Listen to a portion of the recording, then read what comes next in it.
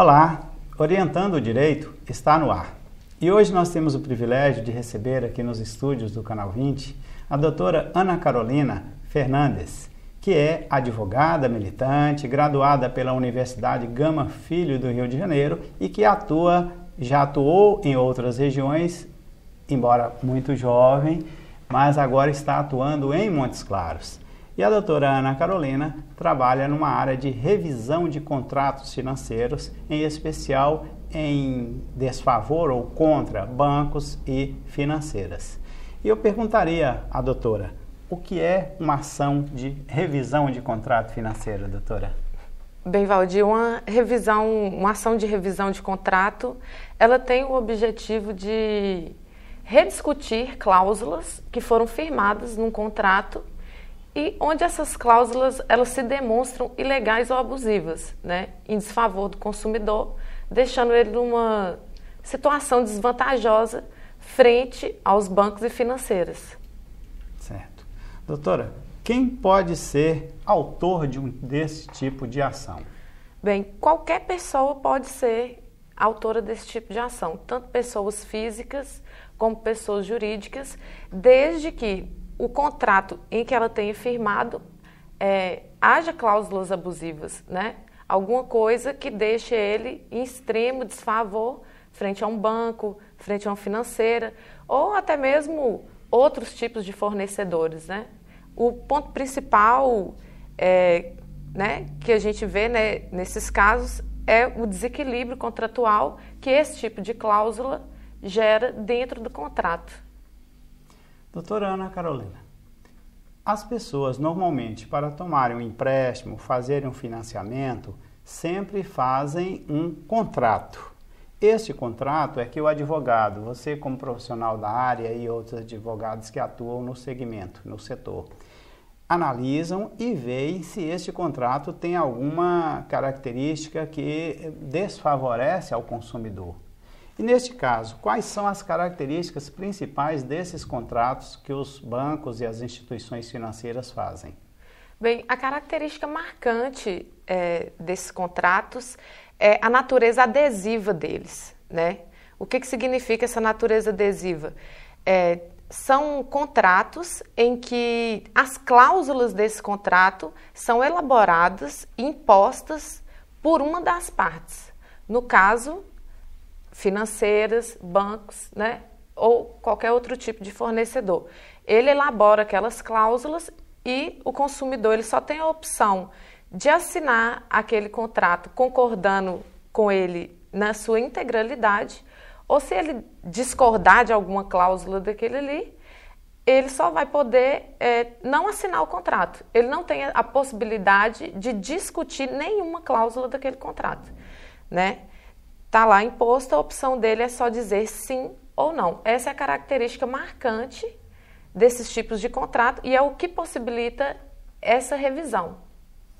Com o detalhe, doutora, ver se você concorda comigo. Numa situação de uma pessoa precisar procurar por uma instituição financeira, normalmente ela não está numa época apropriada para discutir e impor condições porque ela precisa do crédito. Isso faz com que ela se torne uma pessoa sem poder de barganha. Essa característica é que traz para o contrato esse malefício para o consumidor. Você concorda? Bem, no contrato de adesão você não tem possibilidade de discussão nenhuma, né? Você, é igual como eu disse, ou você adere ao contrato da forma como ele está, ou você não adere. Uma pessoa que procura um banco, geralmente para pedir emprestado valores altos, esse consumidor ele já pensou, ele já repensou, já viu se aquilo cabe dentro do orçamento dele, entendeu? Então, dificilmente ele vai chegar ali e não assinar o contrato. Doutora Ana Carolina, e nesses contratos que as pessoas buscam o Poder Judiciário, o que são normalmente discutidos? Bem, o que é mais comum em discutir dentro desses contratos é a respeito dos juros, né? Os juros, o que acontece? Os bancos, eles utilizam um método de amortização que dentro desse cálculo tem um componente de juros composto, ou seja, juros sobre juros, né? A pessoa não paga só aquele juros simples. dentro de cada parcela, ele tem uns juros capitalizados sobre outros juros. Então, o que se discute é a substituição desses juros, né, dessa aplicação de juros compostos por uma aplicação de juros simples. Né? Então, você faz esse cálculo comparativo e já dá uma redução significativa no saldo devedor daquele consumidor, além de outras coisas que têm que ser analisadas em cada contrato específico. Né, isso varia de contrato para contrato. Alguns prevêem e outros não, como taxa de abertura de crédito, né, que é um valor embutido no começo do financiamento, ele entra no valor total e que é uma taxa que os bancos não podem cobrar do consumidor, né, eles não têm autorização para fazer esse tipo de cobrança. E tem também a TEC, que é aquela taxa de emissão de boleto, aquele negócio que vem assim no boletim que você paga, né? R$3,90, R$3,50, isso é muito comum, também é uma prática abusiva do banco, além de outras coisas, né? Como, por exemplo, a pessoa vai lá, firma o contrato, o banco não entrega uma cópia do contrato para o consumidor, por exemplo, isso é muito comum. Outra prática ilegal das financeiras é produzir um contrato, né, com letra menor do que o determinado por lei. O Código de Defesa do Consumidor, ele determina que o tamanho da letra tem que ser no mínimo 12, né, e nem isso eles fazem. Então, dificulta para o consumidor, né, principalmente cláusulas que diminuem direitos, né, que limitam o direito do consumidor, ela tem que vir, inclusive, numa fonte maior do que 12, e isso também não é feito. Então, isso é mais uma das práticas abusivas, né, que são várias, mas essas são as mais comuns. Doutora Ana Carolina, se há uma ilegalidade nessas taxas, pela sua experiência de atuar na área de revisão de contratos financeiros, por que normalmente os bancos e as financeiras inserem essas cláusulas consideradas como abusivas em seus contratos? Bem, Valdir, eu acredito que o grande motivo, né, das financeiras terem esse tipo de prática é a lucratividade, né? Porque o número de contratos de financiamentos que são firmados é muito maior do que o número de consumidores que procuram o judiciário para poder fazer a revisão desse contrato. Então, esse déficit aí, né, de número grande de contratos firmados com número pequeno de demandas do consumidor, acaba que para o banco isso é muito vantajoso, né? Então, o banco ganha muito sobre o desconhecimento do consumidor, né? O consumidor ele tem que ficar informado, principalmente no caso de financiamento, não só se aquilo cabe dentro do orçamento dele, mas se aquele contrato está de acordo com a legislação vigente. Isso não é comum, né? Os consumidores não fazem isso. Aliás, eles nem sabem, geralmente, que isso existe. E isso realmente causa um prejuízo muito grande. Doutora Ana Carolina, e as pessoas que fazem esses empréstimos com desconto em folha, normalmente aposentados, eles também têm muitos problemas com cláusulas abusivas em seus contratos?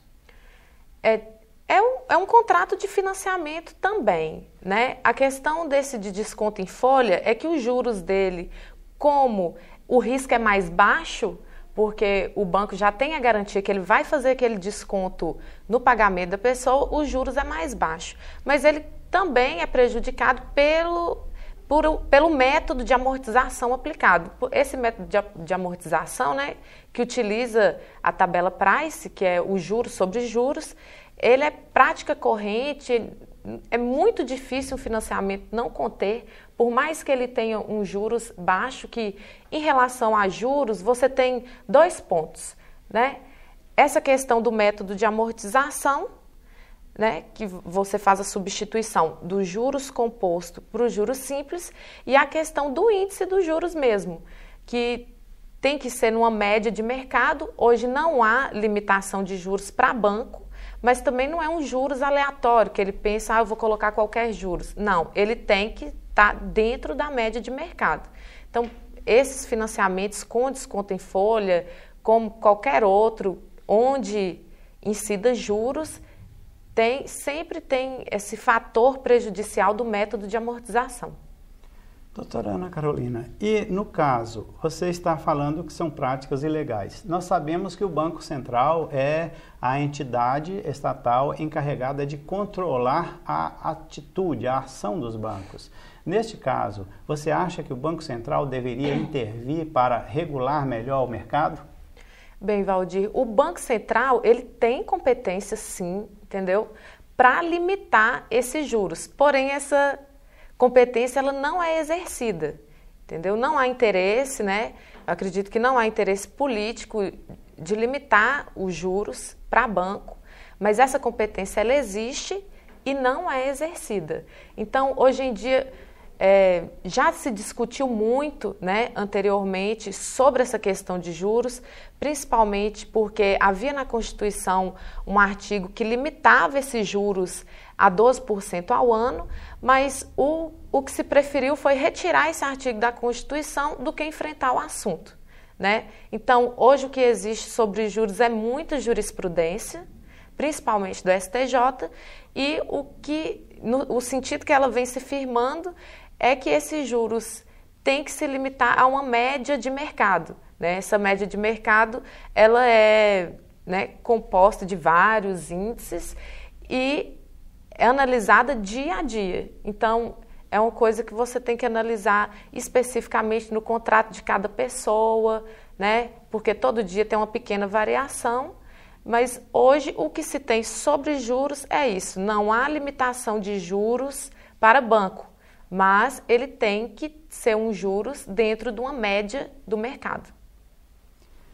Orientando o direito, teve o privilégio de conversar com a doutora Ana Carolina Gonçalves Fernandes e agradece à doutora pela entrevista que falou sobre revisão de contratos financeiros e agradece ao telespectador pedindo que nos espere amanhã porque, em Querendo Deus, apresentaremos uma outra entrevista.